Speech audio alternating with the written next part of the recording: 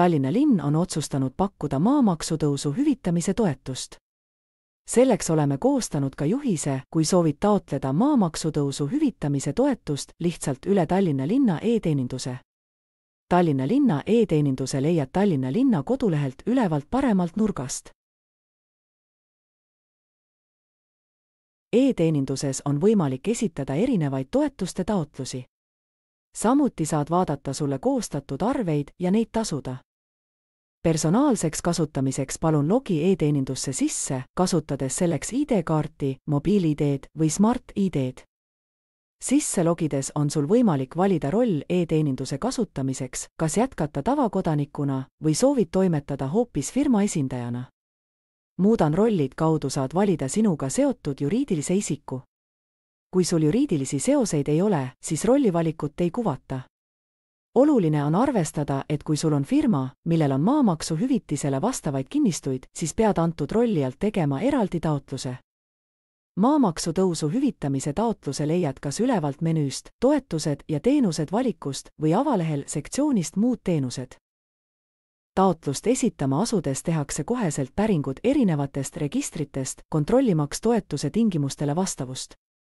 Kui toetuse tingimused ei ole täidetud, siis avaneb vastav teavitusaken, kus on välja toodud, millistele tingimustele vastavus ei ole täidetud. Kui kõik tingimused on täidetud, avaneb taotluse sisestamise vorm juba eeltäidetud andmetega. Kui oled juba varasemalt e-teenindust kasutanud, siis täidetakse ka sinu sidevahendid ja pangaandmed koheselt taotluse vormil. Palun vaata üle, et need oleksid ajakohased.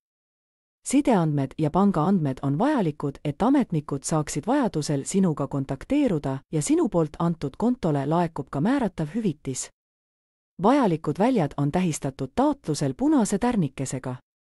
Kui kõik on täidetud ja korras, liigu edasi järgmisele lehele kasutades selleks jätkan nuppu. Palun vaata hoolikalt üle, kas kogu taotlus sai korrektselt täidetud ja tutvu enne taotluse esitamist ka toetuse taotlemiseks vajalike nõusolekute ja tingimustega. Kui kõik on korras, täida kinnitav märkeruut ja esita taotlus, kasutades selleks nuppu Esitan taotluse. Kui midagi vajab korrigeerimist, saad liikuda eelmisele lehele Muudan nupuga. Esitan taotluse nupp viib sind kinnitavale lehele, kus saad kokkuvõtte, kuidas menetlus edasi toimub.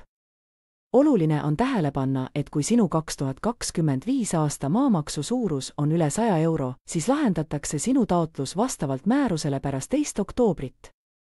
Alla 100 eurosed hüvitised menetletakse 30 kalendripäeva jooksul. Oma taotluse menetluse seisu saad jooksvalt jälgida ka e-teeninduses Minu arveldused ja andmed valiku alt. Valides sealt taotletud toetused ja teenused.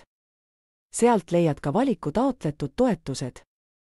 Kui sul tekib muresid taotluse esitamisega või soovid informatsiooni antud toetuse kohta, leiad vajalikud kontaktid ka Tallinna linna maamaksu tõusu hüvitamise toetuse teenuskaardilt, kus on veelgi detailsemat infot ja leiad ka vajalikud kontaktid.